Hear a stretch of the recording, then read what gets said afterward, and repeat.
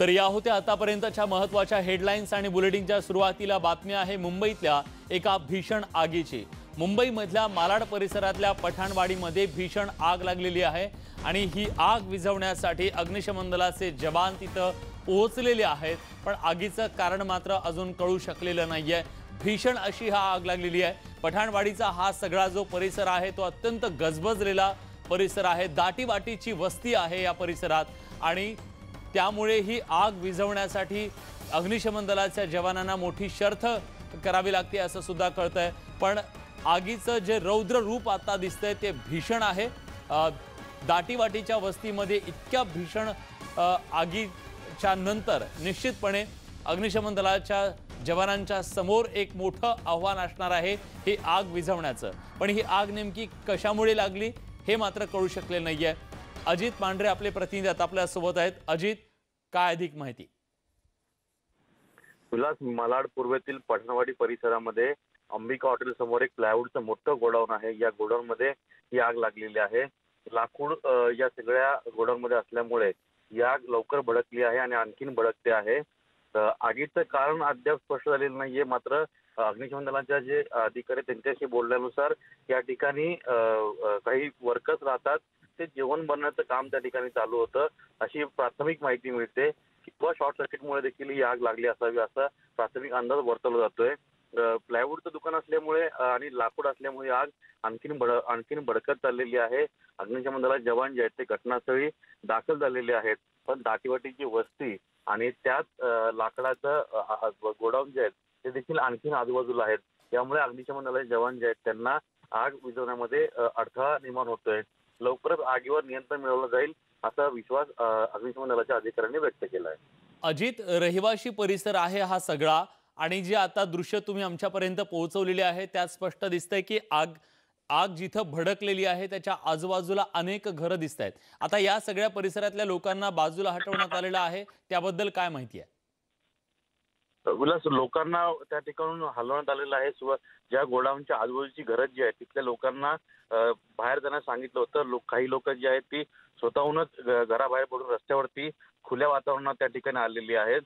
पण तू सांगितल्याप्रमाणे आणि व्हिज्युअल मध्ये दिसतंय ते देखील आपण पाहू शकतो की कशा पद्धतीनं ज्या ठिकाणी आग लागलेली आहे त्या आगीच्या अवतीभोवती सगळी घरं आहेत। त्यामुळे तिथपर्यंत पोहोचण्याकरता अग्निशमन दलाच्या जवानांना शर्थीचे प्रयत्न करावे लागत आहेत आणि आग विझवण्यामध्ये त्या ठिकाणी अडथळे निर्माण होत आहेत। धन्यवाद अजित, तुम्ही दिलेल्या सगळ्या सविस्तर माहितीबद्दल। आणि यानंतरची बातमी आहे राजकीय गोटातून। गेल्या अनेक दिवसांपासून महाराष्ट्राच्या राजकारणात केंद्रस्थानी असलेला एक राजकीय घडामोड ती म्हणजे राज्यपाल नियुक्त 12 आमदारांचं नेमकं काय होणार हा सवाल सगळ्यांच्या मनात आहे। पण आज त्याच्यातली एक मोठी डेव्हलपमेंट घडली ती म्हणजे राज्य सरकारकडून आज अधिकृतपणे 12 नावांची शिफारस ही राज्यपालांकडे करण्यात आली। महाविकास आघाडीच्या मंत्र्यांच्या शिष्टमंडळानं राज्यपाल भगतसिंग कोश्यारी यांची भेट घेऊन त्यांच्याकडे 12 नावं दिलेली आहेत आणि या नावांवरती आता राज्यपालांनी शिक्कामोर्तब करावं, त्याची घोषणा करावी अशी मागणी राज्य सरकारकडून करण्यात आलेली आहे। त्यामुळे आता चेंडू राज्यपालांच्या कोर्टात आहे। त्यामुळे राज्यपाल या 12 नावांना संमती देतात का हे पाहणं महत्त्वाचं आहे। त्याचबरोबर काही नावांबद्दल ते आक्षेप घेतात का किंवा सगळ्या नावांना ते संमती देतात, या सगळ्यावरून चर्चांना उधाण आलेलं आहे। त्याचं कारण म्हणजे गेल्या काही दिवसांमध्ये सातत्यानं आपण बघतोय राज्यपाल विरुद्ध राज्य सरकार असा जो काही सामना रंगलेला आहे, या सगळ्यात एक दरी जी दोघांमध्ये निर्माण झालेली होती, एकमेकांवर आरोप प्रत्यारोप पत्र त्याला प्रत्युत्तर, या सगळ्याचा परिणाम म्हणून आता ताणलेल्या या संबंधाच्या पार्श्वभूमीवर राज्यपाल नेमका काय निर्णय घेतात याकडे सगळ्या राजकीय वर्तुळाच्या नजरा लागलेल्या आहेत। काँग्रेसकडून, राष्ट्रवादी काँग्रेसकडून आणि शिवसेनेकडून नेमक्या कुठल्या नावांची सध्या चर्चा आहे, कुठली ती संभाव्य नावे आहेत, आपण त्या संदर्भात सुद्धा जाणून घेऊयात आणि आपण ग्राफिकच्या माध्यमातून बघूयात की ती संभाव्य नावे कुठल्या आहेत, ज्या नावांबद्दल राजकीय वर्तुळात जोरदार चर्चा आहे। राष्ट्रवादी काँग्रेसकडून जे नाव आहे त्याच्यामध्ये भाजपमधून नुकतेच राष्ट्रवादी काँग्रेसमध्ये प्रवेश केलेले ज्येष्ठ नेते एकनाथ खडसे, राजू शेट्टी, स्वाभिमानी शेतकरी संघटनेचे अध्यक्ष, गायक आनंद शिंदे यांना सुद्धा राष्ट्रवादीकडून राष्ट्रवादीच्या कोट्यातून त्यांना उमेदवारी त्यांचे नावाची शिफारस केल्या गेल्याचं कळतंय। तर यशपाल भिंगे यांचं सुद्धा नाव राष्ट्रवादीकडून देण्यात आल्याचं कळतंय। पुढची नावं कुठली आहेत? काँग्रेसकडून जी नावं आहेत त्याच्यामध्ये रजनी पाटील, सचिन सावंत जे काँग्रेसचे प्रवक्ते आहेत, मुझफ्फर हुसेन आणि अनिरुद्ध बनकर यांचं नाव सुद्धा चर्चेत आहे। ही चर्चेतली नावं आहेत, यावर अधिकृतरित्या शिक्कामोर्तब झालेलं नाहीये। पण आता शिवसेनेकडून कोण कोण त्यांची नावं आहेत त्याच्यावर आपण एक नजर टाकूया। विशेष म्हणजे यावेळेस पहिल्यांदाच असं कळतंय की कदाचित अधिकृतपणे काँग्रेसकडून निवडणूक लढवलेल्या पण आता शिवसेनेच्या वाटेवर असलेल्या उर्मिला मातोंडकर यांच्या नावाची सुद्धा जोरदार चर्चा आहे आणि शिवसेनेकडून कदाचित त्यांच्या नावाची शिफारस केली गेली आहे अशी सुद्धा चर्चा रंगू लागलेली आहे। पण या सगळ्याबद्दल जेव्हा शिफारस करण्यात आली, राज्यपालांना भेटून ती नावं देण्यात आली, त्यानंतर राजकीय नेत्यांनी नेमकं काय म्हटलेलं आहे जाणून घेऊयात। ही यादी आम्ही राज्यपालांकडे दिलेली आहे। एक अशी चर्चा आहे की राज्यपाल विरुद्ध राज्य सरकारचा काही संघर्ष गेले काही दिवस आपण बघितला, तो संघर्ष पाहता राज्यपाल ही यादी लवकर मंजूर करणार नाहीत अशी शक्यता आहे। समजा राज्यपालांनी यादी मंजूर केली नाही लवकर तर महाविकास आघाडी सरकारची पुढची भूमिका काय असणार आहे? या सगळ्या जर तरच्या गोष्टी आहेत। आम्ही कायदेशीर प्रक्रिया पूर्ण करण्याच्या दृष्टिकोनातून आमची यादी दिली आहे। आता त्यांना जो कालावधी लागतो त्या कालावधीत ते यादी जाहीर करतील। या सगळ्याबद्दल अधिक बोलण्यासाठी, याचं राजकीय विश्लेषण करण्यासाठी आता आपल्या सोबत आपले प्रतिनिधी सागर कुलकर्णी आहेत। मी थेट त्यांच्याकडे जातोय। सागर, सरकारकडून ज्या नावांचा प्रस्ताव दिलेला आहे ती नावं संभाव्य आपण बघितली, पण या नावांच्या संदर्भात राज्यपाल कधीपर्यंत निर्णय घेऊ शकतात, कधीपर्यंत तो घेणं अपेक्षित आहे, काय अधिक माहिती आहे? विलास, मुळात एक आठवडा पूर्ण झालेला आहे ज्यावेळेस कॅबिनेटमध्ये ही नावांना मंजुरी देण्यात आली होती। त्यानंतर एक आठवडा महाविकास आघाडीच्या प्रमुख नेत्यांनी लिस्ट द्यायला लावली। आता लिस्ट दिलेली आहे, अधिकृतरित्या राजभवनकडे आलेली आहे। पण कायदेशीर जर यातली बाब तपासायला हवी की राज्यपालांना ज्यावेळेस लिस्ट दिली जाते त्यानंतर त्यांनी कधी मंजूर करावी याविषयी कोणताही विशिष्ट वेळ कालावधी याची मर्यादा नाही आहे। तो सर्वस्वी राज्यपालांचा अधिकार आहे। राज्यपालांना सर्व निकषा अंतर्गत प्रत्येक व्यक्तीच्या समोर त्याच्या कोणत्या कॅटेगरीमध्ये देण्यात आलेला आहे हे देखील सांगण्यात आलेलं आहे पत्रामध्ये। आता राज्यपाल त्या अनुषंगाने निकष पाहतील, त्यांना हवं असेल तर अजून काही त्यात गोष्टी सुचवू शकतात, काही गोष्टी त्रुटी मान्य करू शकतात, मान्य त्यातल्या करतील किंवा काही त्रुटी काढतीलही असं म्हटलं जातं। या सगळ्या पार्श्वभूमीवर राज्यपालांवर कोणतंही बंधन नियमानुसार कधी मंजूर करावं असं नाही आहे। पण गेल्या काही दिवसांमध्ये जर पाहिलं तर महाविकास आघाडीतले प्रमुख नेते वारंवार राज्यपालांवर वेगवेगळ्या पद्धतीने टीका करताना दिसत आहेत, विशेषतः शिवसेना आणि राष्ट्रवादी काँग्रेसच्या वतीने। जर राज्यपालांवर अप्रत्यक्षरित्या दबाव आणण्याचा हा काम असेल लिस्ट देण्याच्या आधीचं, तर राज्यपाल या बाबतीत नेमकी काय भूमिका घेतात याकडे लक्ष द्यायला हवंय। राज्यपालांच्या यापूर्वीच्या काही भूमिका या थेट जर म्हटलं तर भलेही ते राजकारणात आधी होते, पण राज्यपाल झाल्यानंतर सुद्धा त्यांच्यात काही गुण अजूनही राजकीय नेत्यांचे दिसून येत आहेत। ते तशा स्वरूपाची भूमिका घेत आहेत हे सरळ सरळ जवळपास दिसतं। यामुळे भले 12 विधान परिषद सदस्यांची लिस्ट गेली असली तरी ती नेमकी कधी करतील याविषयी प्रश्नचिन्ह आहे। आणि या मुद्द्यावरून पुढच्या काळामध्ये महाराष्ट्रामध्ये राजकारण आणि एकमेकांवर आरोप प्रत्यारोपाचा खेळ सुद्धा सुरू होईल असं म्हणलं जातं। पण या सगळ्या लिस्टकडे जर पाहिलं तर बहुतेक पक्षांनी आयात केलेले उमेदवार शिफारसीमध्ये दिलेले दिसतात। म्हणजे जर पाहिलं तर राष्ट्रवादी काँग्रेसमध्ये एकनाथ खडसे काही दिवसांपूर्वीच आले, त्यांना उमेदवारी दिलेली आहे। दुसरीकडे उर्मिला मातोंडकर या काँग्रेसच्या निवडणुकी लढवली लोकसभेची, पण त्यांना शिवसेनेने उमेदवारी दिलेली आहे। यशपाल भिंगे हे अशोकराव चव्हाणांच्या विरोधात 2019ला लोकसभेचे प्रमुख विरोधक म्हणून लढवले. तब्बल 1.5 लाखापर्यंत लोकसभा नांदेडमध्ये त्यांनी मतं घेतलेली आहेत. म्हणजे अशोक चव्हाणांना पराभवाला एक कारणीभूत असणारच उमेदवाराला राष्ट्रवादीने उमेदवारी दिलेली आहे. ह्या सगळ्या गणितामध्ये जर पाहिलं तर असे वेगवेगळे प्रश्न उपस्थित होत आहेत असं दिसतं. अनिरुद्ध वनकर काँग्रेसच्या वतीने उमेदवार आपण बघूया की आता या सगळ्याबद्दल राज्यपाल नेमका काय निर्णय घेतात आणि त्यांच्या निर्णयाकडे स्वाभाविकपणे सगळ्यांच्या नजरा आहेत. पण यानंतर आणखीन एक महत्वाची बातमी आहे. बातमी राज्यातल्या सर्व विद्यार्थ्यांच्यासाठी आणि शिक्षकांच्यासाठी अत्यंत महत्वाची. ती म्हणजे कोरोनाच्या संकटामुळे ज्या शाळा बंद करण्यात आलेल्या होत्या त्या शाळा उघडण्याची तयारी आता सुरू झाली आहे का, हा प्रश्न निर्माण झालेला आहे. त्याचं कारण म्हणजे राज्याच्या शिक्षण मंत्र्यांनी तसे संकेत दिलेले आहेत. शालेय शिक्षण मंत्री वर्षा गायकवाड यांनी दिवाळीच्या नंतर नोव्हेंबरमध्ये या शाळा सुरू करण्याच्या बद्दलचे संकेत दिलेले आहेत. त्यामुळे दिवाळीनंतर राज्यातल्या 9वी, 10वी, 11वी आणि 12वीचे वर्ग सुरू होऊ शकतात अशी शक्यता निर्माण झाली आहे. पण त्यांच्या या निर्णयावर संमिश्र प्रतिक्रिया उमटतायत. शिक्षक संघटना, मुख्याध्यापक संघटना मात्र या निर्णयाला विरोध करतायत, कारण राज्य सरकारनं याच्या संदर्भात कुठलाही अजून तयारी केलेली नाहीये आणि त्याच्या आधीच हा निर्णय घेतला जातोय अशी त्यांची भूमिका आहे.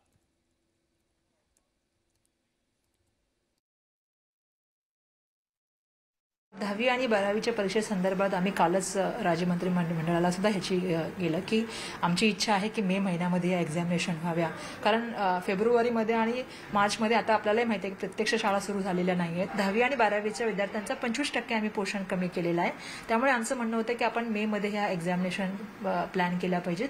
कारण जून, जुलै, ऑगस्ट, सप्टेंबर हे जे आहेत हे पावसाळी महिने आहेत आणि अशा वेळेला ग्रामीण भागामध्ये जे मुलं आहेत किंवा कोकण रिजनमध्ये जो मोठ्या प्रमाणात पाऊस होतो त्याचा फटका ह्या परीक्षेला बसू शकतो. आणि म्हणून आम्ही अशी विनंती केली होती की आपण येणाऱ्या काळामध्ये 9वी, 10वी, 11वी, 12वीचं जे शिक्षण आहे ते दिवाळीनंतर म्हणजे 23 तारखेनंतर जे आहे नोव्हेंबरनंतर आपण ते सुरू करावं.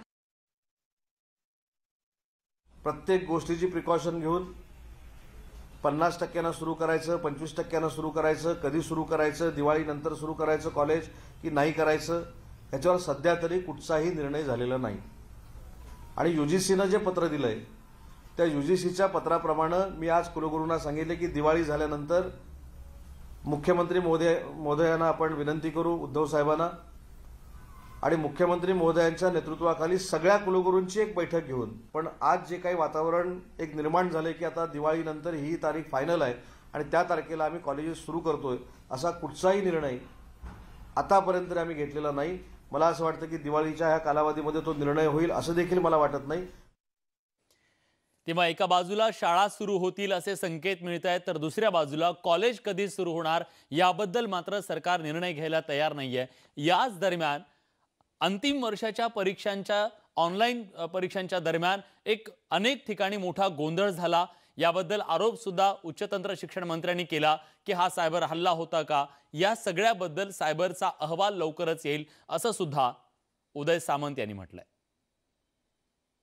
तक्रार तर दाखल झालेली आहे, पण तपास चालू असताना त्याच्यावर मी बोलणं हे योग्य होणार नाही. म्हणून मी सुरुवातीला सांगितलं की येत्या 8 ते 10 दिवसामध्ये ज्या ज्या विद्यापीठामध्ये अकाउंट बूस्ट केले गेले त्याची माहिती सायबर घेते आणि 8 ते 10 दिवसामध्ये खरं चित्र स्पष्ट होईल. आणि ते कशामुळे झाली, ती सिस्टीम कशामुळे डॅमेज झाली, मग ती मुंबईची असेल, पुण्याची असेल, सोलापूरची असेल किंवा गोंडवाना विद्यापीठाची असेल, ही सिस्टीम कशामुळे डॅमेज झाली मॅडम सिद्ध होईल. यानंतर बातमी अनलॉकच्या संदर्भामध्ये आहे की अनलॉकला सुरुवात झाली. खरं तर आपण 5व्या टप्प्याच्या पुढे आलो, पण तरी देखील राज्यातली मंदिरं उघडली गेली नाहीत. यावरून राज्यात मोठं राजकारण तापलेलं आहे.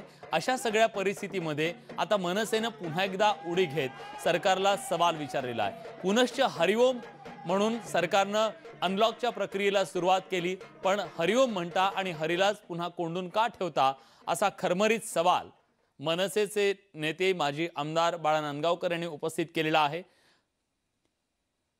महाविकास आघाडीच्या नेत्यांनी विरोधकांचा जोरदार समाचार खरं तर घेतलेला होता. दरम्यान दिवाळीनंतर मंदिरं सुरू करण्याबद्दल राज्य सरकार सकारात्मक असल्याचं सुद्धा आता समोर येत आहे. त्यामुळे राज्यातल्या मंदिरांच्या संदर्भात लवकरात लवकर निर्णय होतो का हे पाहणं महत्त्वाचं आहे.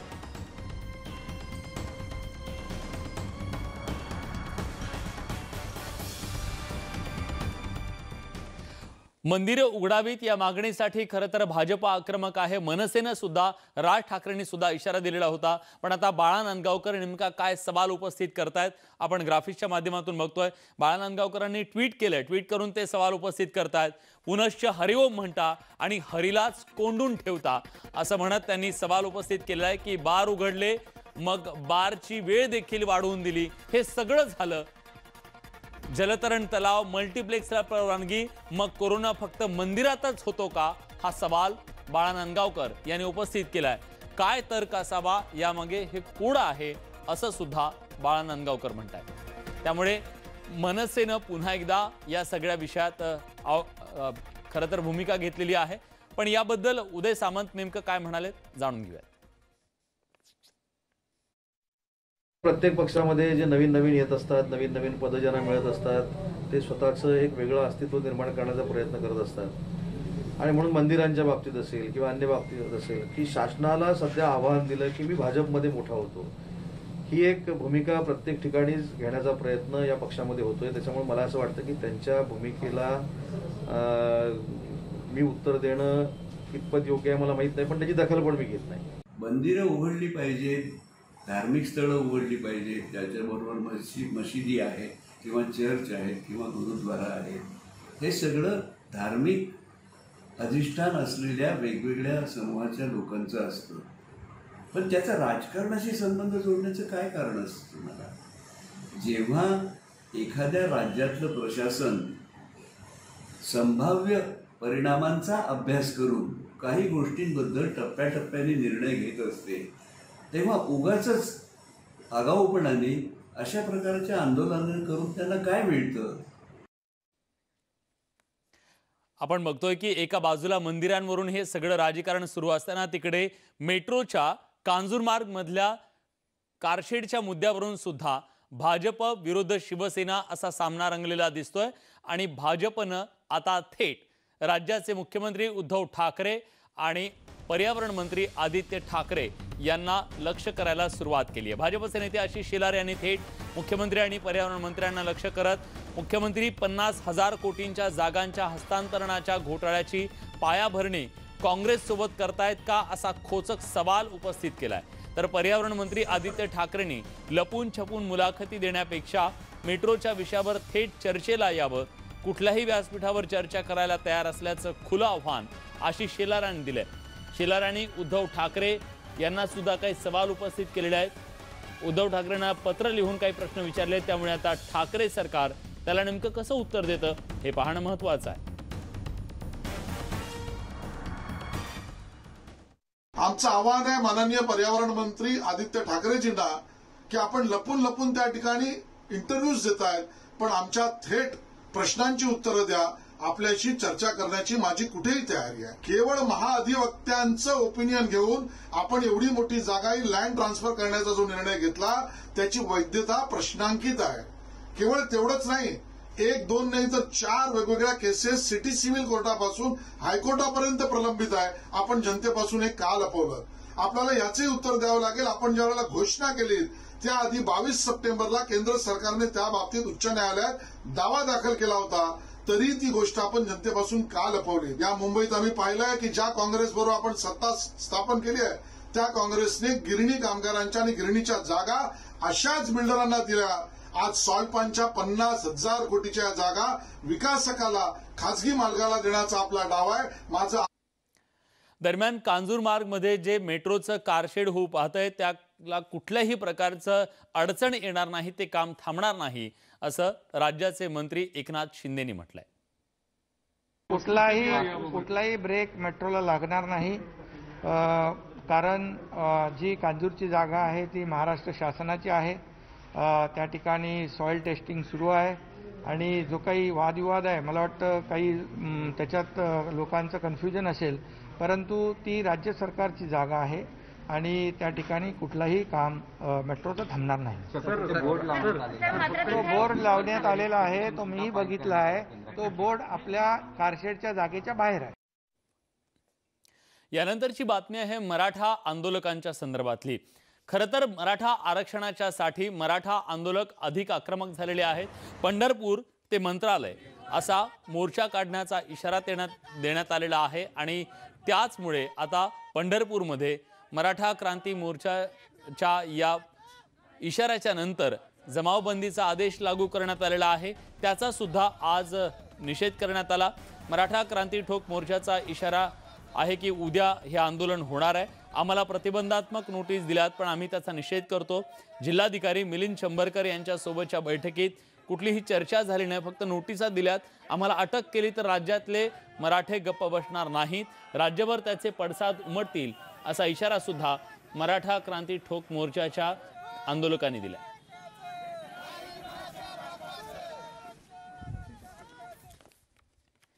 आणि यानंतरची एक अत्यंत महत्त्वाची बातमी ती म्हणजे न्यूज 18 लोकमतच्या शिरपेचात आणखी एक मानाचा तुराक होणार आहे, कारण एनटी अवॉर्ड मध्ये न्यूज 18 लोकमतनं बाजी मारलेली आहे आणि जवळपास 3 पुरस्कारांवरती आपली मोहर उमटवलेली आहे। यात आरे वाचवा म्हणत न्यूज 18 लोकमतनं जो पुढाकार घेतला त्यावर पुरस्काराची मोहर उमटली आहे। शिवाय महाराष्ट्राच्या विधानसभा निवडणुकीच्या वेळी न्यूज 18 लोकमतनं जे कव्हरेज केलं त्याच्या प्रोमोला सुद्धा एनटी अवॉर्ड मिळालेला आहे आणि जगाच्या पाठीवर या आमच्या कार्यक्रमाच्या प्रोमोला सुद्धा एनटी अवॉर्ड मिळालेला आहे।